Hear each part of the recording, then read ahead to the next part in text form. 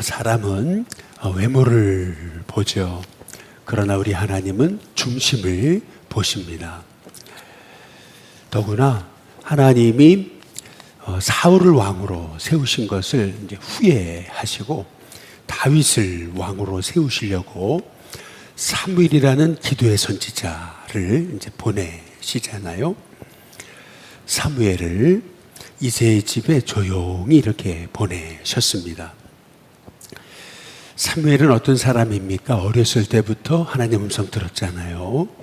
그리고 말하던 것이 하나도 땅에 떨어지지 않았던 그러한 하나님의 종이었습니다. 또 사무엘은 그 어둠의 시대에 사사시대를 종식시킨 그러한 위대한 하나님의 인물이었습니다. 그로 인해서 왕정시대가 열린 거죠. 그로 인해서 새 시대가 열렸습니다. 뿐만 아니라 사무엘은 라마의 나요시라는 곳에서 선지자들을 세우면서 선지학교를 세우고 그곳에서 숨겨진 믿음의 용사들을 길러냈던 기도의 사람, 기도의 용사, 기도하기를 쉬지 않는 그러한 사람이 사무엘이었던 것이죠. 그런데 그도 하나님이 이새의 집에 다윗을 왕으로 삼기 위해 보내셨을 때 이새에게 묻잖아요. 아들들을 나에게 데리고 오라고. 첫째가 오잖아요. 둘째가 오잖아요. 셋째가 오잖아요. 그런데 그때 이 사무엘이 봤던 것도 사람의 중심이 아니고 외모였던 거죠. 외모를 보고 사무엘도 그렇게 얘기했어요. 야, 이 사람이다. 정말 멋있다. 역시 왕감이지. 이렇게 얘기를 했던 겁니다. 그런데 그때 하나님이 말씀하시잖아요. 이 사람은 아니다. 또 불렀잖아요. 또 사무엘이 야, 그래 이 사람이지 이렇게 한 거예요. 무엇을 보고요? 그의 외모를 보고 말이죠. 그랬더니 하나님이 말씀하시죠. 이 사람은 내가 버렸다. 이렇게 말씀을 하시는 거죠. 그래서 첫째, 둘째, 셋째 다 불렀는데 없잖아요. 하나님 뭡니까?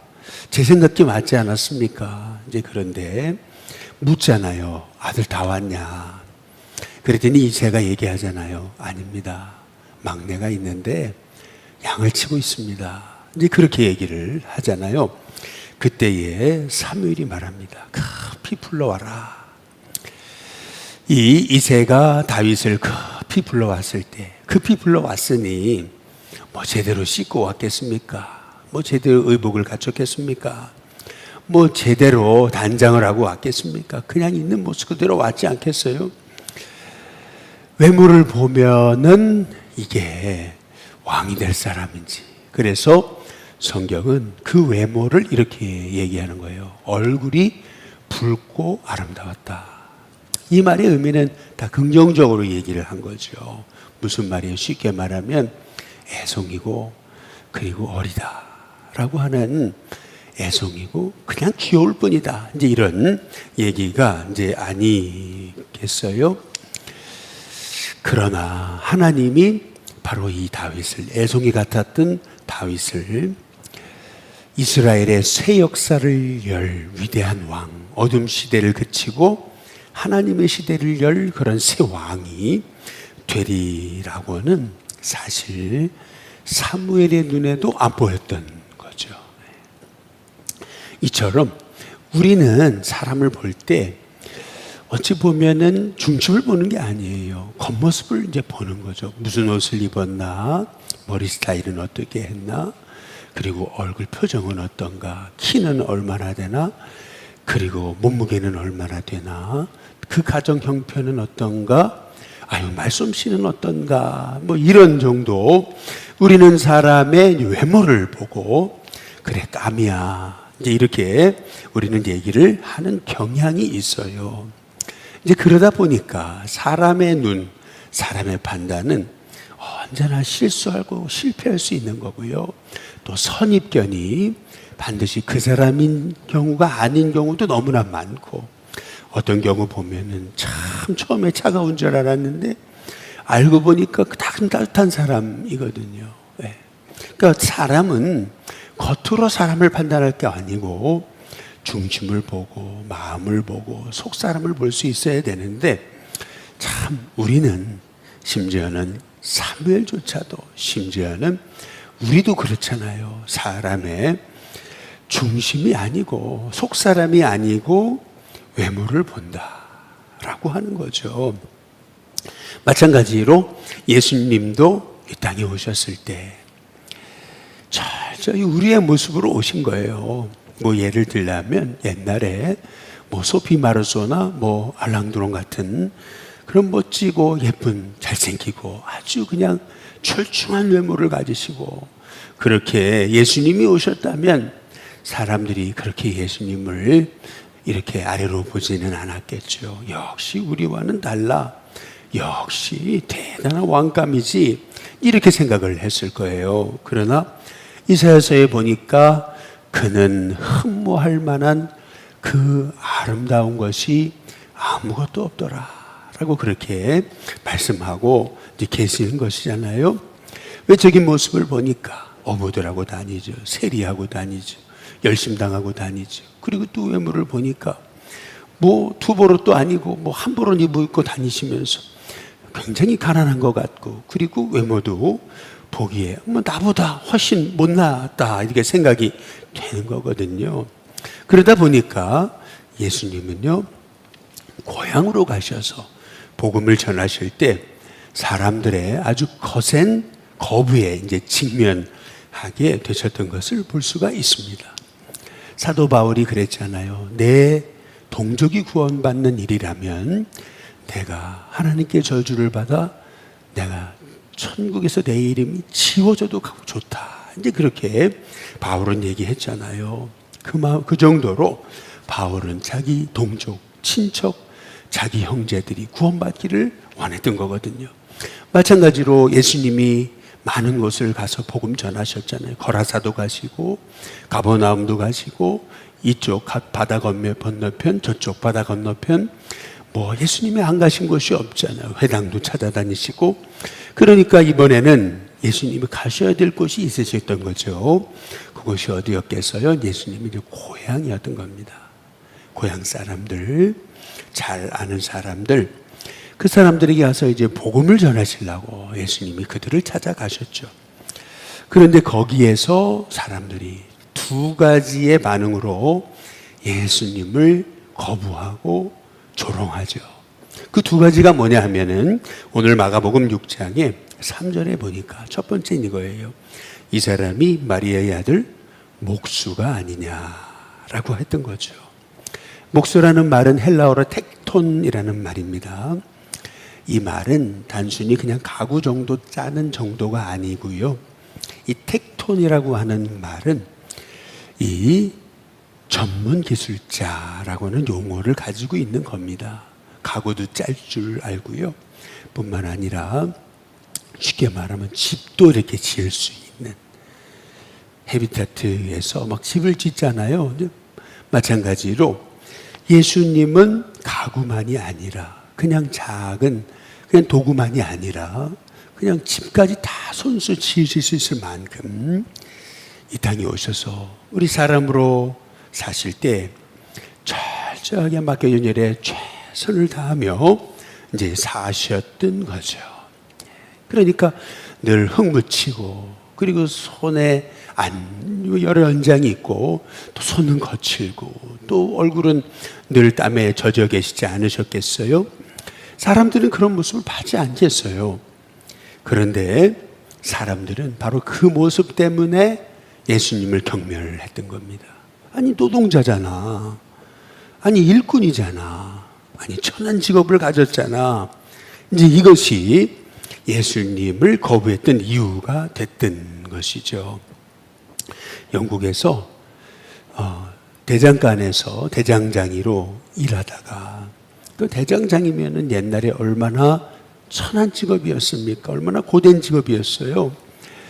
어릴 적에 그가 최초로 기억에 나는 것은 어머니가 먹을 게 없어가지고 자식들 먹여야 되는데 다음 식사를 준비할 그 음식이 없어가지고 어머니가 저 뒤쪽에서 우시는 모습을 보았던 크룩스라고 하는 영국의 참 훌륭한 지도자, 시장이 되었던 사람이 있어요.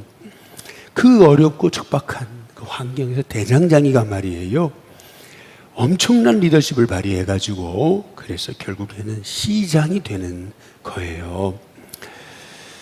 얼마나 대단한 인물입니까? 얼마나 자기 삶에 최선을 다했어요? 그러나 사람들은 그를 끊임없이 비웃고 경멸했습니다. 나보다 못한 사람이었는데, 아니 대장장이었는데, 아니 찌질이도 가난한 사람이었는데, 이제 그러면서 이 크룩스를 아주 이제 비난하고 조롱했던 것이죠. 사람들은 사람을 평가할 때 우리는 겉모습을 보잖아요. 외모를 보잖아요. 겉사람을 보잖아요. 실은 우리가 보아야 되는 것은 속사람, 중심, 속마음, 그의 속됨됨이, 인격.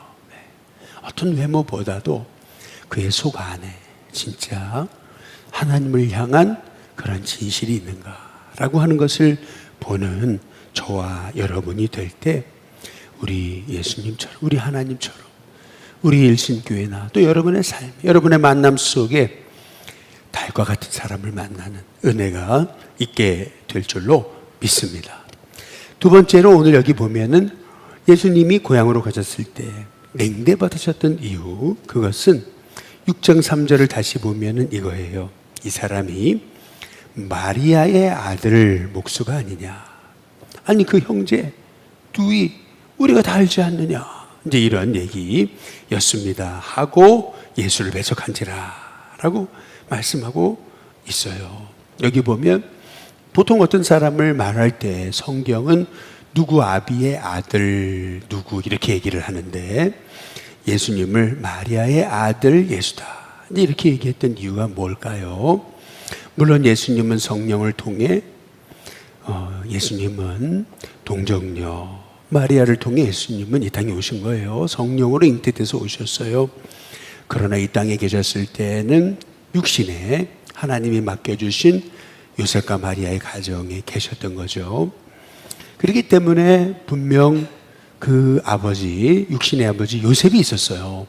이제 그렇다고 한다면 요셉의 아들 이 마리아 목수가 아니냐 이렇게 얘기를 해야 되는데 마리아의 아들 이렇게 얘기하고 있습니다. 이것이 의미하는 것은 모든 그런 그 학자들의 얘기의 공통적인 얘기예요. 그것은 뭐냐 하면은 요셉은 이른 나이, 젊은 나이, 어렸을 때 예수님이 어렸을 때 죽었을 거다라고 하는 그러한 얘기예요.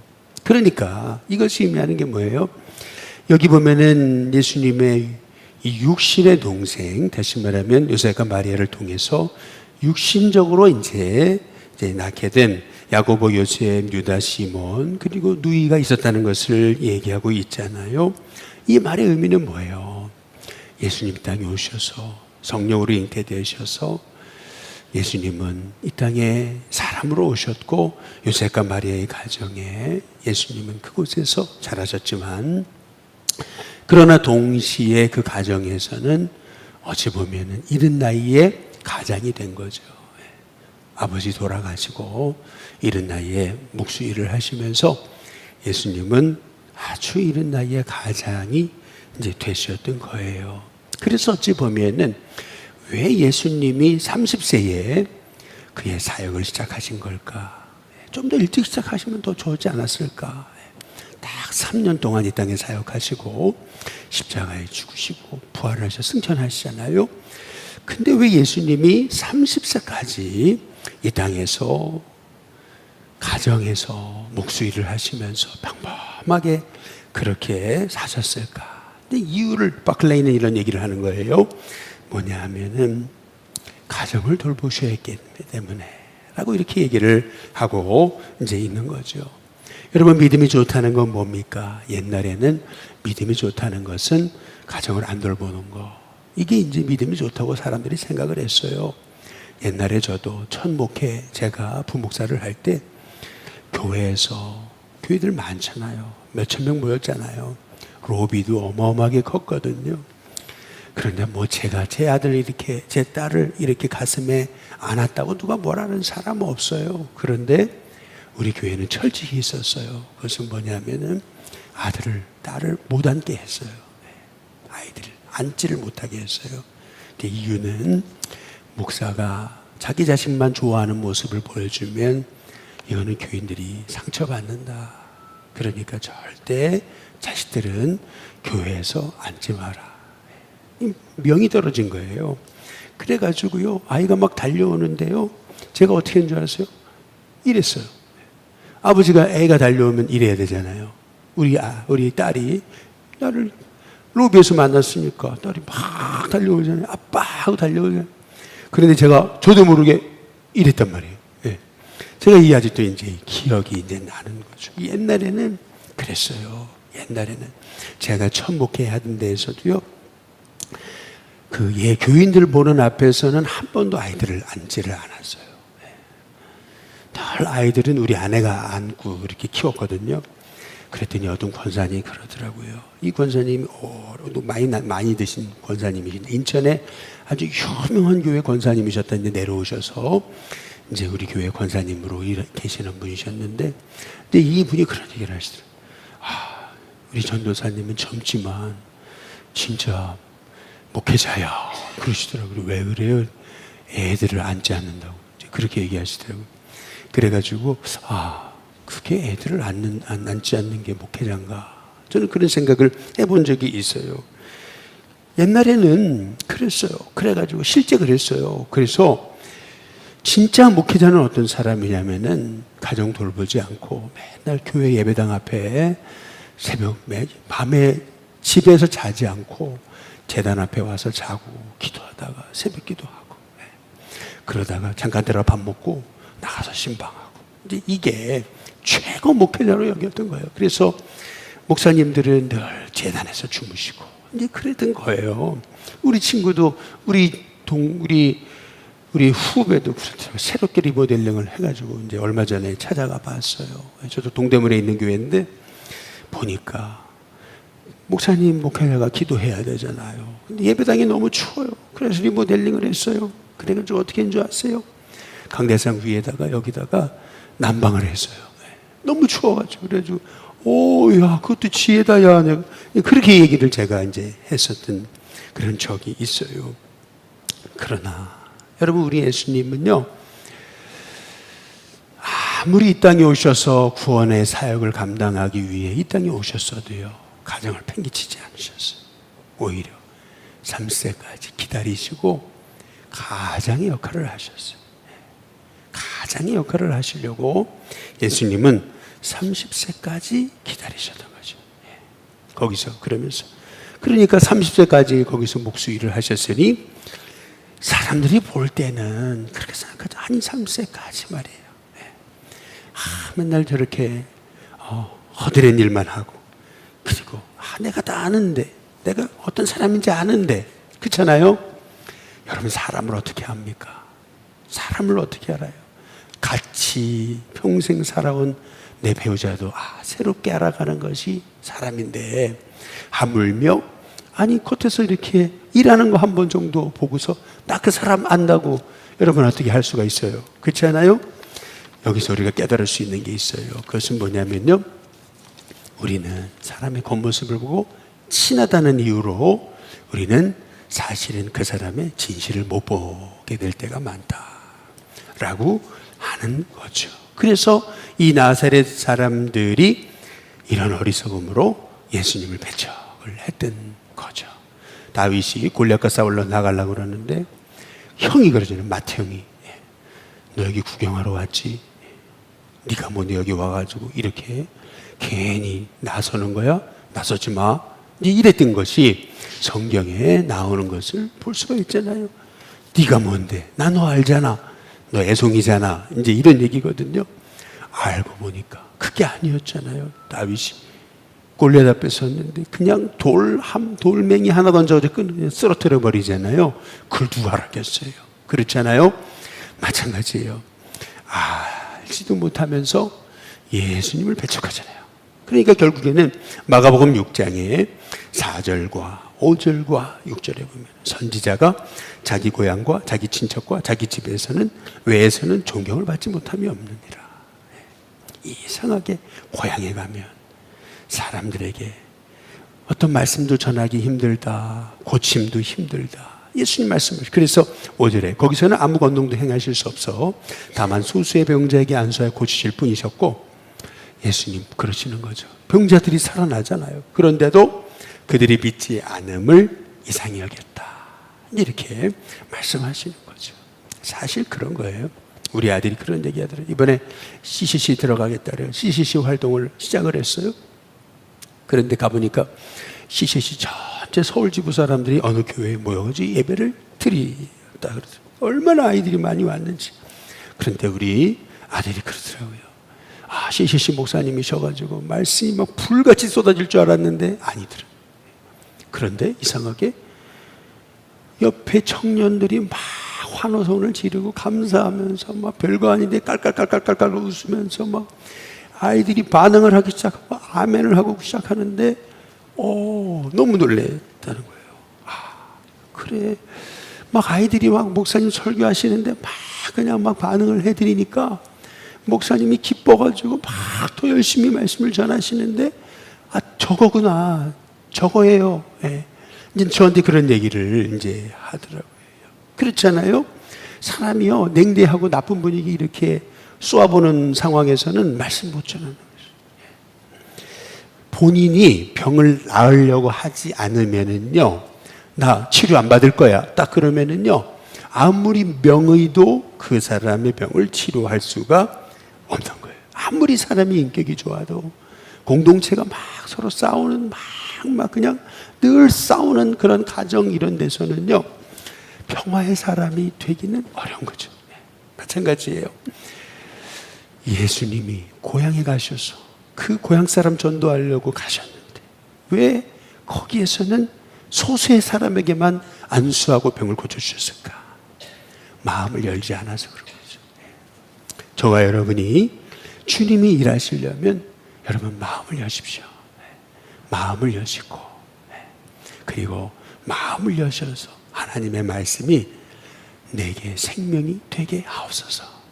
기도할 때에 그 말씀이 임하여서 저 거라사인의 그 군대 귀신 집혔던 자의 그 6천의 귀신이 떠나가고, 뿐만 아니라 우리 주님이 가시는 곳마다 말씀 한마디 선포할 때 놀라운 천국의 역사가 임했던 것처럼 그런 하나님의 역사가 저와 여러분 가운데 임하는 은혜가 있기를 주님의 이름으로 축복합니다. 마지막으로 우리 마가복음에 보면은 예수님이 이제 거길 떠나실 수밖에 없는 거예요. 자꾸 패척하니까. 그래서 이제 촌으로 가세요. 시골로 가세요. 옛날에 원주 기독병원, 지금 세브란스입니다. 그 원주 기독병원을 세웠던 우리 주디 선교사님을 제가 직접 만나서 모셨던 적이 있는데 설립자입니다. 그런데 그분이 하셨던 말씀이 지금도 잊히지가 않아요. 여기 한국 땅에 와가지고 얼마든지 서울에서 선교할 수 있었다는 거예요. 아니 원주 기독병원 세웠잖아요. 세브란스 세웠잖아요. 그런데 이분은 복음을 듣지 못한 이 한국 땅에 저 시골 촌, 저 깡촌, 나는 거기 가서 복음 전하는 게 내 사명이다 이렇게 생각하고 이분은요 계속 시골을 찾아다니셨어요. 시골을 찾아서. 그래서 그분이 세웠던 게 원주 기독병원, 지금 세브란스고요. 원주 세브란스고, 그리고 그분이 그 기초를 놓았던 게 춘천중앙교회. 그러니까 뭐냐 하면은 그렇게 시골로 이제 이게 처음에 우리 한국교회 왔던 그 엘리트 선교사님들의 마음이었던 거죠. 예수님도 촌으로 가시고 제자들을 보내시고 그러면서 지팡이 외에는 어떤 다른 거, 양식 배낭 전대의 돈 아무것도 가지 마. 신만 신고 두 보로도 필요 없다. 한 보로만 입고 가라. 그때 얘기하십니다. 왜 그랬겠어요? 여기 주머니라고 하는 말은요, 페라라 그러는데 모금 이 주머니를 의미했습니다. 다시 말하면 당시에 뭐 신전지기들이나 아니면 제사장들은 사람들은 다니면서 이렇게 주머니 갖고 모금을 한 거죠. 그래서 그걸 가지고 자기 돈을 착복하는데 그렇게 개인적으로 사용했던 거예요. 예수님이 지금 주머니 가지고 가지 마라 라고 하시는 말씀은 뭐예요? 그것은 뭐냐면 하나님이 너희 먹이신다. 그러니까 물질에 탐내지 마라. 이런 얘기예요. 뿐만 아니라 예수님이 이 주머니 이거 가져가지 마라. 이 얘기는 또 이렇게 보는 거예요. 성전에 들어갈 때 과거에는 이렇게 세속적인 물건은 못 들어가게 했어요. 이 주머니 돈 들어가 있잖아요. 세속적인 거라 생각해가지고 못 갖게 했어요.